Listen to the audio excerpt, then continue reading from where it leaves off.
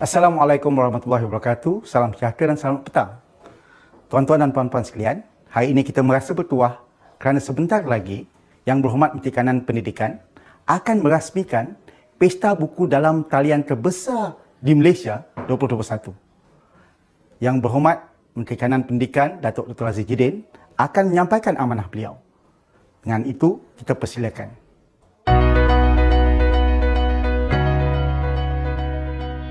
Assalamualaikum warahmatullahi wabarakatuh dan salam sejahtera.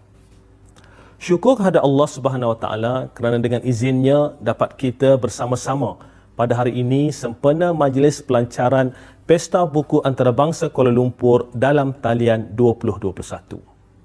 Seperti mana yang kita semua sedia maklum, pandemik COVID-19 yang melanda seluruh dunia telah memberi kesan yang cukup mendalam. Begitu juga dengan negara tercinta kita yang turut terkesan dan hampir keseluruhan aktiviti ekonomi negara termasuk industri perbukuan terjejas akibat penularan COVID-19. Ini juga termasuk pembatalan pada saat akhir penganjuran Pesta Buku Antarabangsa Kuala Lumpur pada tahun lalu, iaitu hanya dalam tempoh 9 hari sebelum ianya dijadualkan berlangsung. Namun begitu, pembatalan penganjuran tersebut tidak mematahkan semangat pihak yang terlibat dalam industri perbukuan Malaysia. Malah mereka terus bangkit dalam usaha menangani cabaran ini dengan inisiatif dan aktiviti yang berteraskan amalan norma baru. Oleh yang demikian, penganjuran Pesta Buku bagi tahun 2020 masih berjaya diteruskan secara dalam talian. Ini merupakan hasil tindakan proaktif Majlis Buku Kebangsaan Malaysia MBKM dan Jawatankuasa Penganjur Pesta Buku Antarabangsa Kuala Lumpur serta jalinan kerjasama strategik bersama rakan-rakan e-dagang. Pesta Buku Antarabangsa Kuala Lumpur secara dalam talian yang julung kali diadakan pada tahun lalu telah mendapat sambutan yang amat menggalakkan. Sebanyak 48 penerbit menyertai acara tersebut dan mencatat jualan buku yang sangat memberangsangkan dengan purata peningkatan jualan sebanyak 400% berbanding jualan tahun sebelumnya. Sepanjang 10 hari penganjuran, sejumlah 59,000 unit buku telah terjual. Ini merupakan satu pencapaian yang sangat baik bagi jualan buku melalui platform e-dagang secara kolektif di peringkat nasional. Tuan-tuan dan puan-puan sekalian, Alhamdulillah, pada tahun ini sekali lagi penganjuran Pesta Buku Antarabangsa Kuala Lumpur berlangsung secara dalam talian. Saya dimaklumkan bahawa terdapat peningkatan penyertaan yang sangat ketara untuk Pesta Buku Antarabangsa Kuala Lumpur dalam talian 2021 yang bermula dari 19 Mac hingga 4 April 2021. Penganjuran pada tahun ini menyaksikan penyertaan lebih 111 pempamer, iaitu lebih 2 kali ganda daripada jumlah penyertaan pada tahun lalu. Penganjur juga mensasarkan sekurang-kurangnya 100,000 unit jualan buku dalam tempoh program ini diadakan.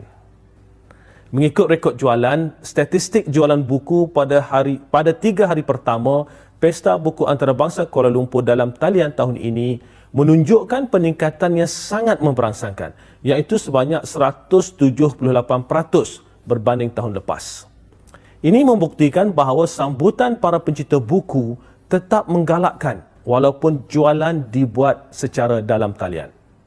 Justru, saya ingin merakamkan ucapan tahniah kepada MBKM dan Jawatankuasa Penganjur Pesta Buku Antarabangsa Kuala Lumpur di atas kejayaan penganjuran Pesta Buku Antarabangsa Kuala Lumpur dalam talian 2021 terbesar di Malaysia buat kali kedua.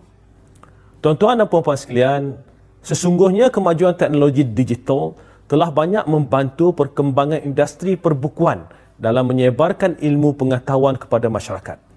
Dalam hal ini, pemain industri perlulah terus peka dengan perkembangan teknologi dan menggunakan teknologi secara optimum agar industri perbukuan negara sentiasa dapat memenuhi keperluan pencipta buku. Penghasilan konten secara mapan dalam pelbagai bentuk haruslah terus dibugarkan demi memenuhi permintaan, kehendak dan citarasa pembaca. Apa yang pasti, kerajaan melalui KPM akan terus menggalakkan budaya membaca dan sentiasa mendukung industri perbukuan negara dalam usaha menjadikan Malaysia sebuah negara membaca.